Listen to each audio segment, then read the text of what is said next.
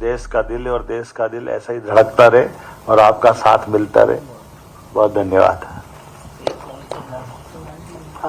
Sir, Madhya प्रदेश की ओर से sir मैं सम्माननीय केंद्रीय मंत्री जी का, संस्कृति मंत्री जी का और शेखपा जी का, सुधाकर जी का विशेष रूप से आभारी हूँ कि सर आपने यहाँ जो डिक्लेरेशन है उसका नाम भोपाल डिक्लेरेशन दिया सर, बिकॉज इससे जो है एक संस्कृति के आज हमारा लगा हुआ है। अंतर्राष्ट्रीय सहयोग की बात होगी सर, तो हमेशा भोपाल डिक्लेरेशन के नाम से भोपाल का नाम आएगा सर, और एक तरीके से एक अंतर्राष्ट्रीय स्तर पर जो भोपाल का की एक छवि बनेगी सर, लोग भोपाल के बारे में सब जानेंगे। तो उसके लिए मैं विशेष रूप से सर मध्य प्रदेश की तरफ से भारत सरकार को इसके लिए धन्यवाद देना चाहूँगा सर।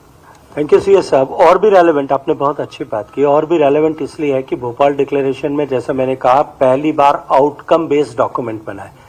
अब इन आउटकम्स पर जब कभी भी चर्चा होगी, अगली मीटिंग में अगले साल पूरे चाइना में पूरे साल भर संस्कृति समूहों की बैठक में भोपाल डिक्लेरेशन गूंजेगा, और उसके बाद जब कभी भी चर्चा होगी तब निश्चित रूप से भोपाल का नाम इस सारे आउटकम्स के साथ में हमेशा हमेशा के लिए जुड़ गया।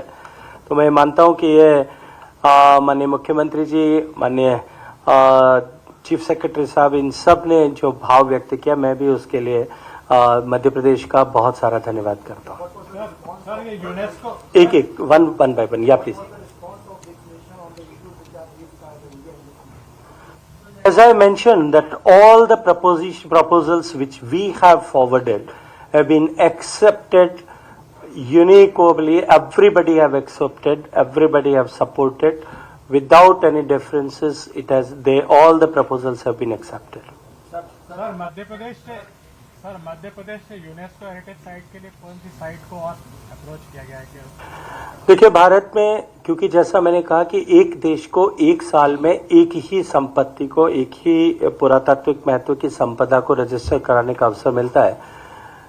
एक संपदा को रजिस्टर कराने की प्रक्रिया के तहत जैसा अभी सारनाथ हुआ है, इसकी फाइल जो है टेंटेटिव फाइल 1998 में लगी थी, टेंटेटिव लिस्ट में 98 में आया था, 25 में हमने इसके ऊपर डॉसियर सबमिट किया था, और अब 26 के लगभग आधे 26 निकल जाने के बाद में हम करा पाए।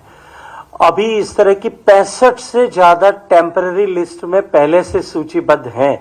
उस क्रम में जैसे जैसे नंबर आएगा वैसे वैसे आगे जो है ये प्रक्रिया बढ़ती रहेगी।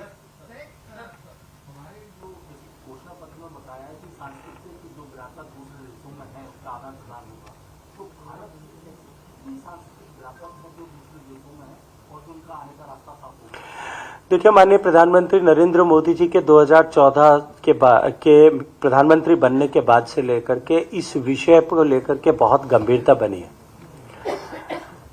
विश्व में इस तरह की व्यवस्था जब छठे दशक में नामित हुई थी, उसके बाद में 7वें दशक में, उसके बाद में तब से लेकर के और 2014 तक जब नरेंद्र मोदी जी देश के प्रधानमंत्री बने, तब तक केवल 13 ऐसी हमारी पुरातात्विक संपदाएं दुनिया से लौट करके वापस भारत ला पाए थे हम। आज वो आंकड़ा जो है वो 700 को पार कर चुका है। और अभी जिस दिशा में हम जिस गति के साथ में काम कर रहे हैं, हमने दूसरे देशों के साथ जिस तरह के संवाद, बायलैटरल एग्रीमेंट्स किए हैं, अमेरिका जहां इसका सबसे बड़ा जो है केंद्र है इस तरह की एंटिक्विटीज का, उनके साथ में हमने कल्चरल प्रॉपर्टी एग्रीमेंट किया है ताकि हम सीमलेसली इस तरह की चीजों को सुगमता से ला सकें। मुझे लगता है कि अगला ये साल जब तक समाप्त होगा 2026 तक, तब ये आंकड़ा जो आज 700 के करीब है ये 1000 तक पहुंच जाएगा। और ये प्रक्रिया एक बार शुरू हुई है, मुझे लगता है निरंतर चलेगी।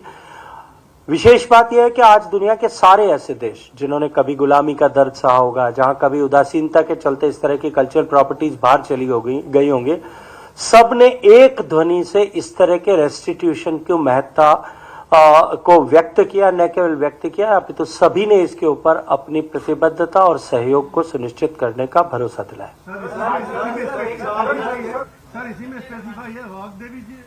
देवी माता की प्रतिमा के बारे में अभी तो इस बात की मुझे लगता है आप लोग बधाई देते कि जो है संस्कृति मंत्रालय के सहयोग से संस्कृति मंत्रालय ने जो रिपोर्ट